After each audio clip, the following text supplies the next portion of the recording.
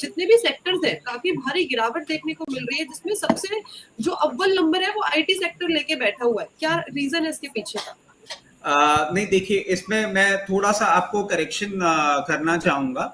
आप अगर देखिए मार्केट हाइस और आईटी सेक्टर जब मार्केट हाइस के साथ था, उसके साथ साथ अगर आप देखें तो the banking has corrected a lot, IT is still somewhere near. मतलब आज का अगर आप इंट्राडे बोल रहे हैं तो definitely IT has corrected a lot, but वैसे आप देखें आईटी में बहुत ज्यादा ना तो डाउन साइड आया है ना डाउन साइड आने की पोजीशन में है आईटी, बिकॉज आईटी निफ्टी के इनसिंक होके अभी तक तो मूवमेंट किया ही नहीं है। And I very clearly remember एक बार पहले भी आप ही के शो में ये चर्चा भी हुई थी, where in again you are questioning the idea of IT, but आप देखें कि मार्केट नीचे जा रहा है और आईटी के स्टॉक्स अब परफॉर्म कर रहे हैं।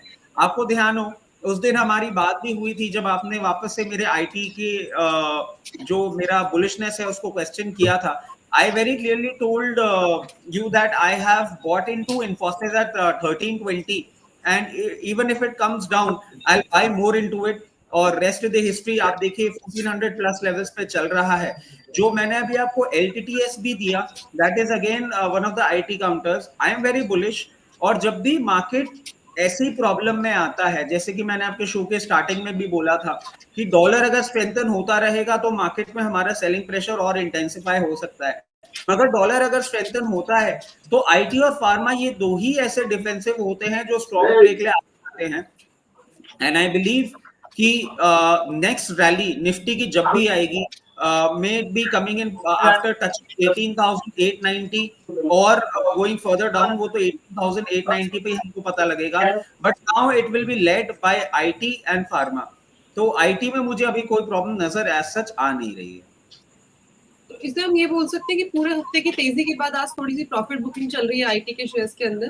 Right and IT and pharma में I'm sorry I'm going against the trend, but IT और फार्मा में आई स्टिल फर्मली बिलीव कि जितना आपको डाउनसाइड मिले you should get more into it, because now pharma would be the leading sectors of the markets. जी, तो यही सवाल मैं एक बार कवन सर से भी पूछना चाह रही थी कि फार्मा के शेयर्स में सर एक तो खबरें भी अच्छी आ रही है कि जो यूएस एफडीए की तरफ से उनको दवाइयों को भी मंजूरी मिल रही है। हमारे जो लिस्टेड कंपनीज है, चाहे जायडस लाइफ साइंस की बात ले लो, आज उनको एक वापस से मंजूरी मिली है। चाहे वो डिक्सॉन सॉरी एक अभी आंख की दवा थी उसके लिए लुपिन को मंजूरी मिली थी, तो एक अच्छी खबर भी आ रही है। साथ ही साथ एक फार्मा सेक्टर हमारे बाजार के अंदर अच्छा खासा दबदबा बना रहा है। इस टाइम पे फार्मा सेक्टर को हमें किस तरह से काम करना चाहिए फार्मा सेक्टर के शेयर्स के अंदर? जी कंचन जी, फार्मा सेक्टर में जो रिसेंटली क्वार्टरली रिजल्ट आया था वहाँ पे थोड़ा अपसाइड सरप्राइज हमको देखने को मिला था, अदर देन बैंकिंग और फाइनेंशियल, जहाँ पे तो ऑलरेडी एक्सपेक्टेड था कि वहाँ पे अच्छे रिजल्ट आने वाले।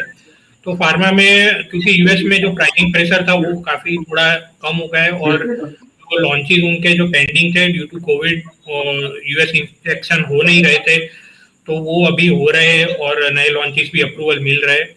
तो जो बड़े फार्मा जो स्टॉक्स है लार्ज, जो 5-6 जो हम लोग भी हैं, तो वहाँ पे तो कोई भी डिप आती है तो वहाँ पे बाय करने की सलाह रहेगी। और क्योंकि वो सब स्टॉक्स अगर टेक्निकली भी देखें तो जो कोविड के टाइम जो हाई लगाए थे वो क्रॉस कर रहे, तो अभी तो इसका आउटपर्फॉर्मेंस वहाँ से शुरू हुई है, तो ये आगे आने वाले टाइम में काफी आउट परफॉर्मेंस देखने को मिल सकता है यहाँ पे फार्मा में। प्लस जैसे रचित सर ने बताया कि जो डॉलर स्ट्रेंथ हो रहा है तो वहाँ पे भी उनका बेनिफिट हमको मिलता है वहाँ से। जी ठीक है, तो ये भी रहा है फार्मा सेक्टर के ऊपर। श्रीराम सर, एक बार आपसे एक सवाल लेते हैं। सवाल ये है कि अभी जैसे हम सर, आपको आवाज मिल रही है मेरी? आवाज आ रही है। ठीक है सर, जैसे हम देख रहे हैं कि जो लगातार दूसरे दिन जो पीएसयू बैंक है उसमें काफी ज्यादा स्ट्रेंथनिंग हमें देखने को मिल रही है, बैंक काफी अच्छा परफॉर्म कर रहे हैं। इसका रीजन क्या है? क्या ये जो 15 अगस्त के दिन हरी झंडी दिखाई गई थी वो रीजन है, या मार्केट का कुछ और इसके पीछे रीजन है पर्टिकुलर? सर, ये बैंकिंग सेक्टर में देखोगे तो आप काफी अच्छी बैंक तेजी में है, स्पेशली पीएसयू बैंक का एक और भी है जो अभी प्राइम मिनिस्टर साहब ने जो बोले थे कि जो भी अपने सरकारी कंपनियां हैं उसमें काफी स्ट्रेंथ है, काफी चीजों का चल रहा है, स्टेक सेल्स चल रही है और जो भी रिक्वायर्ड स्टेप्स है वो सारे प्रोएक्टिवली लिए जा रहे हैं। कोई भी सरकारी कंपनी हो, अब नॉट ओनली बैंक्स बट आप पीएफसी देखें, आरईसी देखें या एनटीपीसी भी देखें फॉर दैट मैटर, तो सारी कंपनियों में काफी अच्छी तेजी है। और उसका एक ही वजह है कि गवर्नमेंट का प्रोएक्टिव स्टेप्स, सबको यही लग रहा है कि जो भी स्टेप्स रिक्वायर्ड है बैंकों के लिए या कोई भी कंपनी के लिए, government as and when required जो भी स्टेप है वो काफी स्ट्रांगली ले रही है। सबसे बड़ी वजह तो वही है लोग PSU बैंक। तो ये मतलब हम पूरा का पूरा क्रेडिट मोदी जी को दे सकते हैं, हमारे प्रधानमंत्री जी को, कि वही सबसे बड़ा क्रेडिट है जो ये PSU बैंक में हमें अच्छी खासी रैली देखने को मिल रही है, right? Exactly, PSU banks and जो भी बाकी PSU भी है, आप पीएफसी देख लो, आरईसी देख लो, लाइफाई निकाला अगेन, और उनकी रैली रुकने का नाम ही नहीं ले रही है पीएफसी आरईसी की। देख लो कहाँ के स्टॉक्स कहाँ आ गए, सबकी वजह वही है जी। तो सर ने बता दिया है।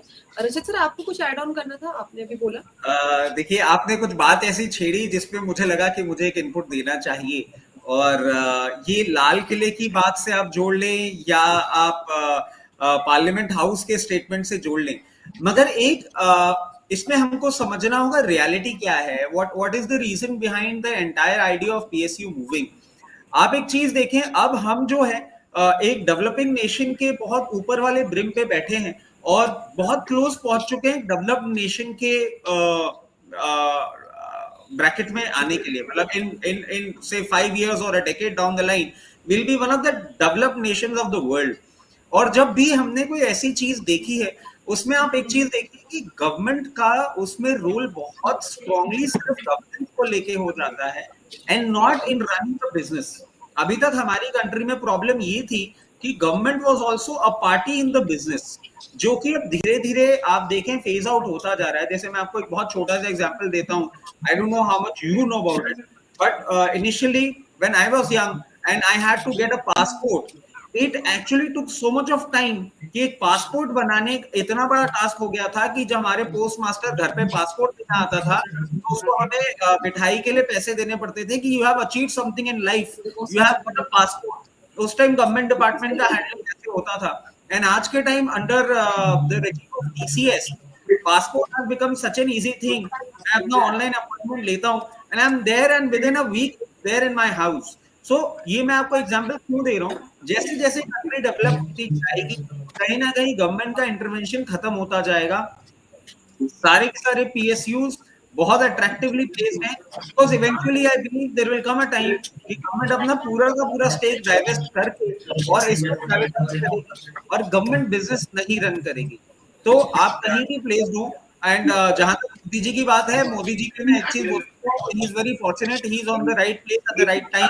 तो उस हिसाब से अगर आप देखें PSU अभी बहुत ज्यादा पोटेंट है और बहुत देखना बाकी है।